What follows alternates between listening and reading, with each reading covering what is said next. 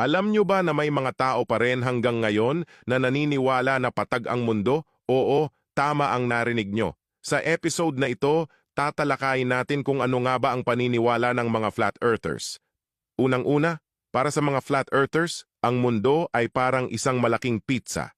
Isang patag na disk na may North Pole sa gitna at pinalilibutan ng isang napakalaking ice wall na tinatawag nilang Antarctica. Ang ice wall na ito, ayon sa kanila, ang nagpipigil sa tubig na bumagsak sa gilid ng mundo.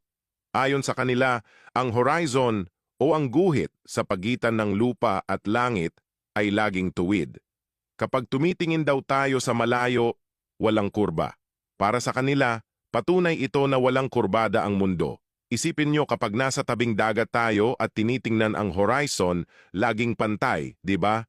Iyan ang isa sa mga batayan nila. Ngayon, paano naman ang gravity? Para sa mga flat earthers, hindi daw totoo ang gravity. Sa halip naniniwala sila na ang mundo ay pataas na umaakyat sa bilis na 9.8 meters per second squared. Kaya't lahat ng bagay ay napipilitang manatili sa ibabaw. Ang konseptong ito ay tinatawag nilang universal acceleration. Kaya raw tayo nararamdaman na parang may gravity ay dahil patuloy na umaakyat ang flat earth. Marami ring mga flat earthers ang naniniwala na ang lahat ng litrato ng mundo mula sa kalawakan ay peke. Para sa kanila, isa itong malawakang sabwatan na pinamumunuan ng mga gobyerno at space agencies tulad ng NASA. Lahat ng nakikita nating larawan ng Earth mula sa space sa kanilang pananaw ay gawa-gawa lamang.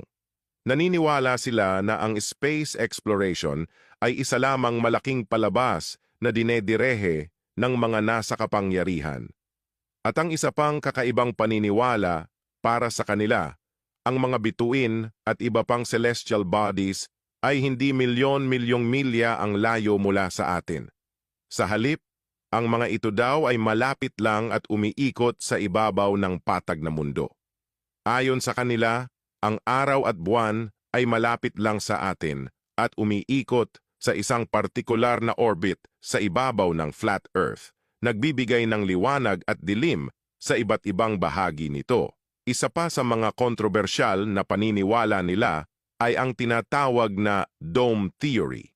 Ang ideyang ito ay nagsasabi na ang flat earth ay natatakpan ng isang napakalaking dome o kalasag na gawa sa hindi malamang materyal. Ayon sa kanila, ang dome na ito ang nagpipigil sa atin na makaalis ng mundo at siyang nagtatakda ng